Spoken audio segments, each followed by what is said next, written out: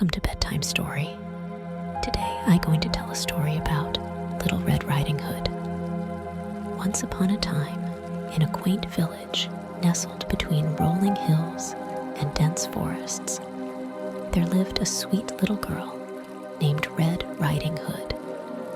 She was called so because she always wore a bright red hooded cape that her grandmother had lovingly made for her. Red Riding Hood was known for her kindness, innocence, and her beautiful rosy red hood that she wore everywhere she went. One sunny morning, Red Riding Hood's mother called her into the kitchen. "My dear," she said, "your grandmother isn't feeling well. She lives on the other side of the forest, and I'm worried about her. Would you be a darling and take this basket of goodies to her? There's some fresh bread, a jar of honey, and a bunch of sweet-smelling flowers." Red Riding Hood happily agreed, tying her red hood securely around her face and taking the basket from her mother. "Be careful in the woods, dear," her mother cautioned, "and whatever you do, stay on the path and don't talk to strangers." With a cheerful nod, Red Riding Hood set off on her journey, her little basket swinging by her side. The forest was alive with the chirping of birds and the rustling of leaves as a gentle breeze swept through the tall trees.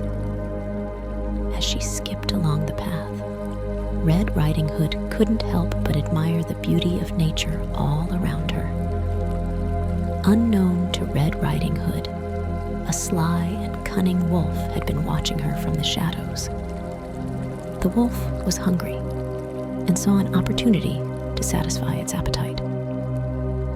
It decided to follow Red Riding Hood, staying a safe distance behind her. As Red Riding Hood entered the heart of the forest, she hummed a cheerful tune and marveled at the vibrant wildflowers that lined the path.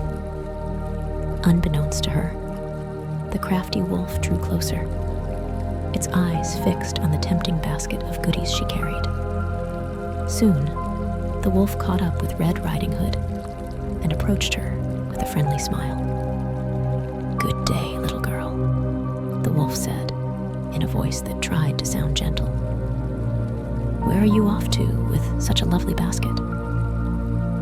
Red Riding Hood, being the kind and trusting soul she was, replied, "I'm on my way to visit my grandmother. She's not feeling well, and I want to bring her some goodies to make her feel better." The wolf's eyes gleamed with hunger, but it maintained its friendly demeanor. "That's very sweet of you," the wolf said. "Where does your grandmother live?" Red Riding Hood innocently shared the location of her grandmother's house, not realizing the danger she was in. The wolf, seizing the opportunity, slyly suggested, "Why don't you pick some wildflowers for your grandmother? It will surely lift her spirits." Red Riding Hood, always eager to please, agreed and wandered off the path to gather flowers. Sensing the perfect moment, the wolf swiftly made its way to the grandmother's house, hoping to reach there before Red Riding Hood.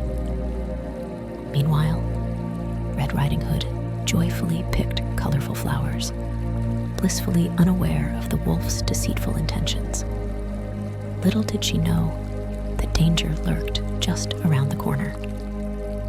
As Red Riding Hood merrily picked flowers, the cunning wolf hurried through the forest, taking shortcuts to reach the grandmother's house ahead of her.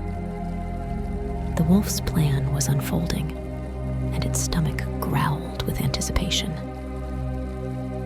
Arriving at the grandmother's quaint cottage, the wolf knocked on the door with a gentle tap. "Who is it?" called the frail voice of the grandmother from inside. "It's me, Red Riding Hood, your sweet granddaughter. I've brought you some goodies to make you feel better." The wolf mimicked Red Riding Hood's voice, doing its best to sound innocent. The unsuspecting grandmother, who was feeling too unwell to get out of bed, weakly replied, "Come in, dear." The wolf, now inside the cottage, wasted no time and quickly devoured the goodies in the basket. It then took on the appearance of the grandmother, wearing her nightcap and glasses, and lay in wait for Red Riding Hood. Meanwhile, Red Riding Hood finished gathering flowers and happily skipped back to the path. She hummed her cheerful tune, completely oblivious to the sinister plot unfolding at her grandmother's cottage. As Red Riding Hood approached the cottage, she noticed something peculiar. The door was slightly ajar, and a strange feeling crept over her. She hesitated for a moment, but then decided to go in and check on her beloved grandmother. Upon entering, Red Riding Hood was surprised to find the room dimly lit, with the curtains drawn. "Grandmother, why is it so dark in here?" she asked. The wolf, still disguised as the grandmother, responded with a sly grin. "Oh, my dear, I'm not feeling well, and the light hurts my eyes. Come closer, and let me see you." Red Riding Hood, trusting as ever, approached the bed. As she got closer, she couldn't help but feel a sense of unease.